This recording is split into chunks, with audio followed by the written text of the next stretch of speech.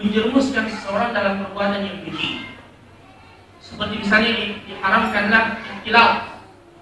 Dan ikhtilat itu terbagi menjadi 3. Ada ikhtilat kubra, dan ada ikhtilat wusta, dan ada ikhtilat sughra. Ada ikhtilat yang besar, dan ada ikhtilat yang pertengahan, dan ada ikhtilat yang kecil.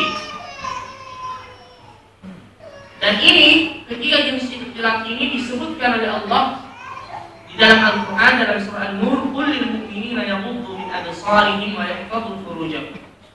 Katakanlah kepada mukmin laki-laki agar mereka menundukkan pandangan-pandangan mereka dan mereka menjaga kemaluan-kemaluan mereka. Nah, di sini Allah memberikan isyarat pada dua jenis ikhtilat. Yang pertama, memandang kepada yang diharamkan. Ini ikhtilat sughra, yang kecil. Memandang yang diharamkan dari yang bukan mahram. Kemudian Allah mengatakan wa yahfadhu furujahum, dan menjaga kemaluan-kemaluan mereka, yaitu perbuatan zina. Ini ikhtilat kubra, ikhtilat yang besar. Dan di antara yang kecil dan yang besar ada yang pertengahan, yaitu musafahatul nisa, berjabat tangan kepada wanita yang bukan mahram. Baik, kalau saja memandang itu diharamkan, apatah lagi berjabat tangan. Apatah lagi berjabat tangan. Makanya syariat mengharamkan hal tersebut. Rasulullah SAW bersabda, "La ayud'ana ahadukum bimakhitin min hadid, khairul lahu min an tamassa al-mar'ata la tahillu lah." Seseorang yang ditusuk dengan paku besi di kepalanya, kata Rasulullah, itu lebih baik daripada orang yang menyentuh wanita yang bukan mahram, yang tidak halal baginya.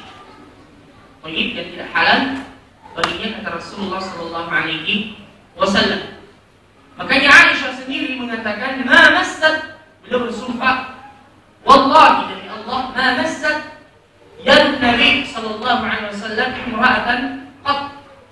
Aisyah mengatakan, demi Allah, sama sekali Rasulullah SAW tidak pernah menyentuh tangan seorang wanita pun, kecuali istri beliau dan mahram beliau. Lalu di akhir zaman ini ada yang datang dan dia mengatakan yang penting itu hatinya. Baik, kita memandang kepada yang diharamkan. Menurut kalian tidak boleh memandang kepada wanita yang bukan mahram, harus menundukkan pandangan. Itu kan kembali kepada hati, dan hijab ini yang penting adalah hijab hati. Baik, coba kita melihat bagaimana syaitan memperindah apa yang mereka lakukan. Ada juga yang mengatakan kita melihat wanita yang cantik itu untuk kemudian mentadabburi ciptaan Allah Subhanahu wa Ta'ala.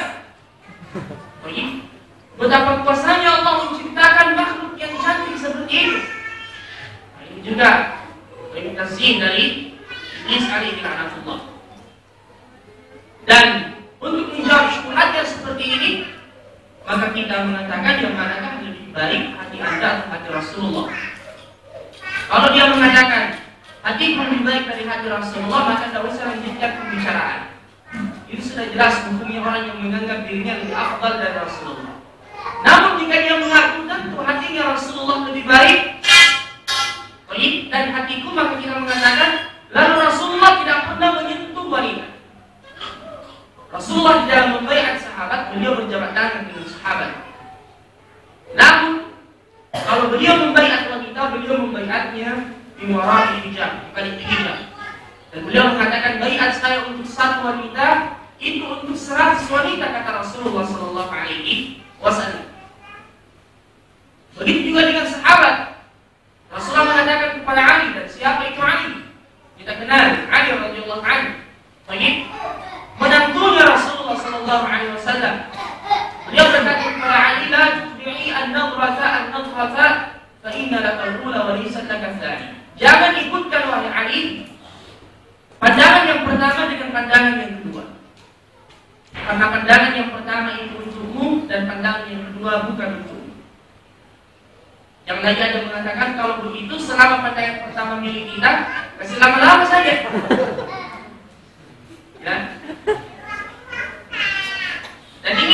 Dijawab oleh hadis yang lain yang diriwayatkan oleh sahabat yang mulia Jarir bin Abdullah Al-Bajali, ketika Rasulullah ditanya tentang pandangan tiba-tiba, beliau mengatakan, asrif basarak, palingkan pandanganmu, palingkan pandanganmu. Jadi, ada juga yang mengatakan bahwa saya ini terkadang kalau syahwat itu naik, saya tidak bisa mengobatinya kecuali ketika melampiaskannya dengan cara yang seperti ini. Maka kita katakan tidak mungkin Allah Subhanahu wa Ta'ala menjadikan obat pada sesuatu yang diharamkan. Itu sama dengan orang yang mengatakan bagi untuk mengobati kecanduan seseorang terhadap khamar, dia harus meminum khamar. Nah, ini mengobati penyakit dengan penyakit.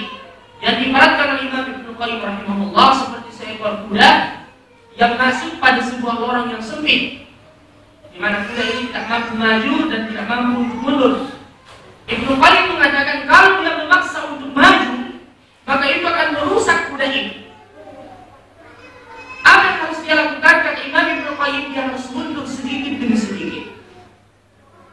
Dia harus mundur sedikit demi sedikit. Dan dengan kaidah yang sering kita angkat pada majelis-majelis kita, man taraka syai'an lillah, awadahullah khairan min. Barang siapa yang meninggalkan sesuatu karena Allah, maka Allah Subhanahu wa Ta'ala akan memberikan ganti yang lebih baik. Jadi dalam surah An-Nur ayat 19 Allah berfirman, innal ladzina yuhibbuna an tashi'a al-fahishatu fil ladzina amanu. Sesungguhnya orang yang senang ketika kekejian itu tersebar pada orang-orang yang beriman, maka mereka mendapatkan azab yang pedih. Ada orang yang terang-terangan melakukan kekejian, yang seandainya hukum Islam ditegakkan, maka rajam yang jatuh baginya. Tetapi masih ada segelintir manusia yang memberikan simpati kepadanya, bahkan diberikan peluang untuk memperbaiki dirinya dalam tanda kutip, merebut simpati orang, yang ujung-ujungnya manusia akan menganggap bahwa apa yang dia lakukan itu bukanlah merupakan pelanggaran. Seperti misalnya yang akhir-akhir ini, ya, lepas daripada apa yang nanti diputuskan, ya, yang jelas-jelas melakukan perbuatan keji, masih dibuat acara baginya misalnya di dalam tahanan, ya, dan masih banyak yang memberikan simpati kepada Allah Musta'an. Ini masuk dalam ayat.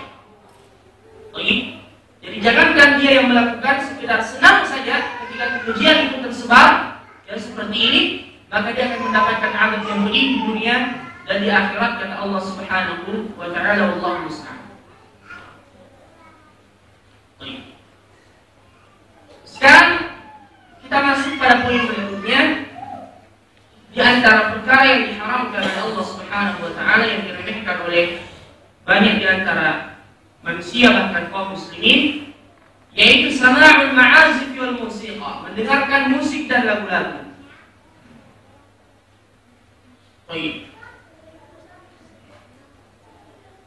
Tadi ada yang baru mendengarkan hal ini, bahwa hal ini diharam. Jadi kita akan mendatangkan dalilnya dari Al-Quran dan Sunnah Rasulullah Sallallahu Alaihi Wasallam. Adapun dalil keharaman musik dan lagu-lagu adalah firman Allah Subhanahu Wa Taala di dalam surah Luqman. Allah Subhanahu Wa Taala berfirman, "Wa minan nasi man yashtari lahwal hadits liyudilla an sabilillah." Di antara manusia ada yang mengambil, ada yang menyewa lahwal hadits, yaitu perkataan-perkataan yang tidak berguna, liyudilla an sabilillah, untuk menyesatkan manusia dari